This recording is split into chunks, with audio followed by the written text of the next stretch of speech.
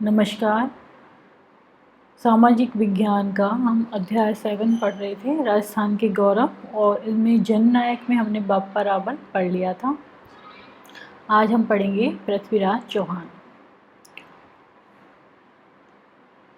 पृथ्वीराज चौहान 12वीं शताब्दी के अंतिम चरण में चौहान साम्राज्य उत्तरी भारत में अत्यधिक शक्तिशाली हो गया था। चौहान साम्राज्य का विस्तार कन्नौज से जहाजपुर, मेवाड़ की सीमा तक विस्तृत हो गया था। सोमेश्वर देव की मृत्यु के बाद पृथ्वीराज चौहान 11 वर्ष की अल्पायु में सिंहासन पर बैठे। माता कपूरी देवी अपने अल्पवयस्क पुत्र के राज्य की संरक्षिका बनी। अपने मंत्री व सेनापति के सहयोग से पृथ्वीराज ने शासन चलाया। उसने अपने विश्वस्त सहयोगियों को उच्च पदों पर नियुक्त किया। साम्राज्य विस्तार की दृष्टि से पृथ्वीराज चौहान ने पड़ोसी राज्यों के प्रति दिग्विजयी नीति का अनुसरण किया। 1182 ईस्वी में महोबा के चंदेल शासक को पराजित किया। इसके उपरांत पृथ्वीराज चौहान का चालुक्यों से एवं कन्नौज के गहड़वालों से संघर्ष हुआ।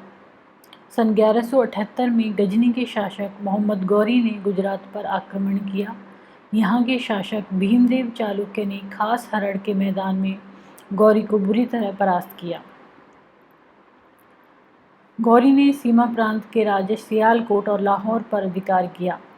सन 1186 से 1191 ईस्वी तक मोहम्मद गौरी पृथ्वीराज चौहान से कई बार पराजित हुआ। हम्मीर महाकाव्य के अनुसार 7 बार, पृथ्वीराज प्रबंध में 8 बार, पृथ्वीराज रासों में 21 बार, प्रबंध चिंतामणि में 23 बार मोहम्मद गौरी के पराजित होने का उल्लेख है। दोनों के मध्य 2 प्रसिद्ध युद्ध हुए। तराइन के प्रथम युद्ध में 1191 ईस्वी में राजपूतों के प्रहार से गौरी की सेना में तबाही मच गई तथा गौरी गोविंद राय के भाले से घायल हो गया। उसके साथी उसे बचाकर ले गए। पृथ्वीराज चौहान ने गौरी की भागती हुई सेना का पीछा नहीं किया। सन 1192 में गौरी पुनः नए ढंग से तैयारी के साथ तराइन के मैदान में आ डटा। मोहम्मद गौरी ने संधि वार्ता का बहाना करके पृथ्वीराज चौहान को भुलावे में रखा। गौरी ने प्रातःकाल राजपूत जब अपने नित्य कार्य में व्यस्त थे तब अचानक आक्रमण कर दिया। गोविंद राय व अनेक वीर योद्धा युद्धभूमि में काम आए। गौरी ने भागती हुई सेना का पीछा किया व उन्हें घेर लिया। दिल्ली व अजमेर पर तुर्कों का आधिपत्य हो गया। पृथ्वीराज रासों में उल्लेख है कि पृथ्वीराज चौहान को गजनी ले जाया गया, उन्हें नेत्रहीन कर दिया गया। वहां पृथ्वीराज ने अपने शब्दभेदी बाणों से गौरी को मार दिया और उसके बाद स्वयं को समाप्त कर दिया। किंतु इतिहासकार इस बात पर एकमत नहीं हैं। पृथ्वीराज चौहान वीर, साहसी एवं विलक्षण प्रतिभा का धनी था।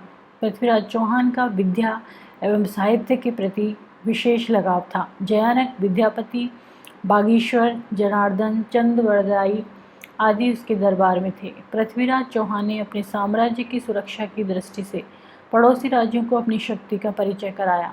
कई आक्रमणकारियों को उसने बुरी तरह खदेड़ा। इसलिए इन राज्यों ने पृथ्वीराज चौहान की तरफ आंख उठाकर भी नहीं देखा। इतना सब होने पर भी पृथ्वीराज में दूरदर्शिता व कूटनीति का अभाव था। उसने पड़ोसी राज्यों से युद्ध करके शत्रुता उत्पन्न कर ली। गौरी को पराजित करने के बाद भी उसको पूरी तरह से समाप्त नहीं किया।